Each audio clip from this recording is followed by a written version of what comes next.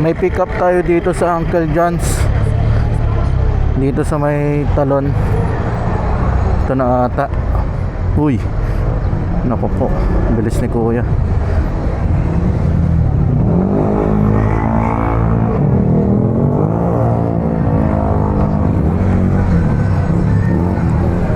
Clarice, move it kay ma'am.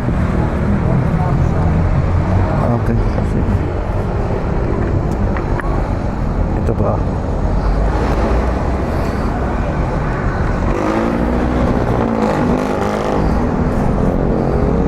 Ayaw na nyo mag-shower cup. Oop. 24 minutes drop off nito sa Katarungan Village. Let's go.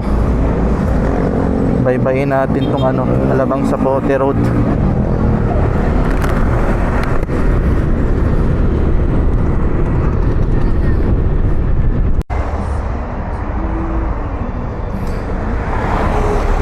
Na-drop natin si ma'am dito sa Katarungan Village, pero dito na siya nagpa-drop sa may waiting shed. Ayan, 110 yung binigay niya, 106 lang yung pamasahe niya.